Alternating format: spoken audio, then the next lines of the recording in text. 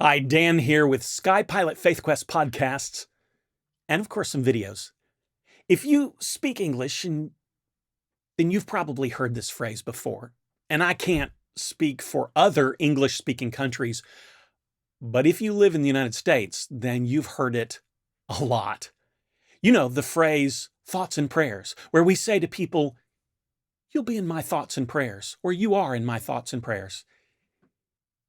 It's said so frequently, it's hard to imagine how many times each of us has heard it over, say, the last 20 years, if you're that old.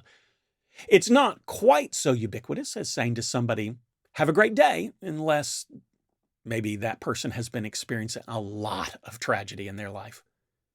It's our go-to phrase in the face of calamity.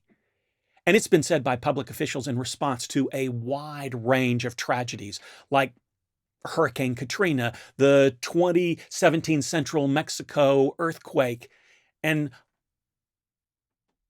other things, not just natural disasters. Following the Columbine High School shooting, the 2015 Paris attacks, the Orlando nightclub shooting, and the Las Vegas shooting, it was heard being said after each one of these numerous times in various settings by a wide variety of public figures.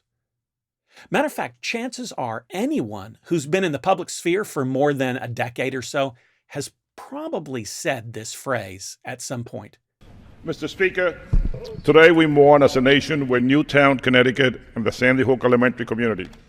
My thoughts and prayers go out to the victims of this horrendous tragedy and their families. I'd like to take a moment to again send our thoughts and prayers to my friend and the friend of most of us in this room, Steve Scalise. The thoughts and prayers of all members of Congress reach out to the people of American Samoa who are facing the loss of many lives. Briefly, a moment of personal privilege, just want to extend our thoughts and prayers for those in Northwest Florida, particularly in Pensacola overnight, had a massive amount of flooding. And if you think it's been spoken by a lot of public figures, just do an internet search of social media, as I did preparing for this podcast, and see how many people have posted using these three words. It's hundreds, it's thousands, it's hundreds of thousands, maybe millions of posts, almost exclusively in response to tragedy, but sometimes occasionally said in a sarcastic way. But here is the interesting thing. At one time, this phrase was a very socially acceptable way of expressing condolences.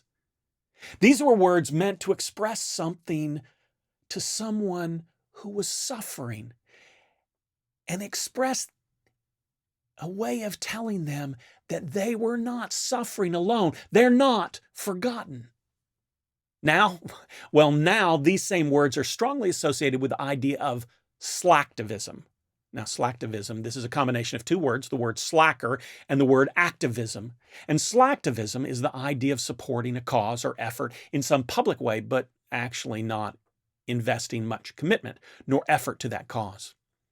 Facebook is the famous platform that is most well known for kind of hosting slacktivism. You've seen them on Facebook if you're on Facebook. You may have even participated in them. Someone posts something like, "If you are a real American and support our troops, you will like this post." Or something like, "If you're concerned about the environment and want to save our planet, you will share this post on your own page."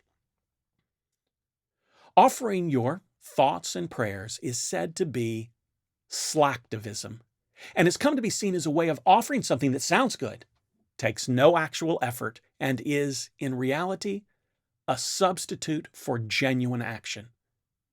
My latest podcast takes a look at the phrase thoughts and prayers and offers an answer to the question, should we jettison this phrase as useless, jettison it once and for all, or is there something to it that's worth salvaging?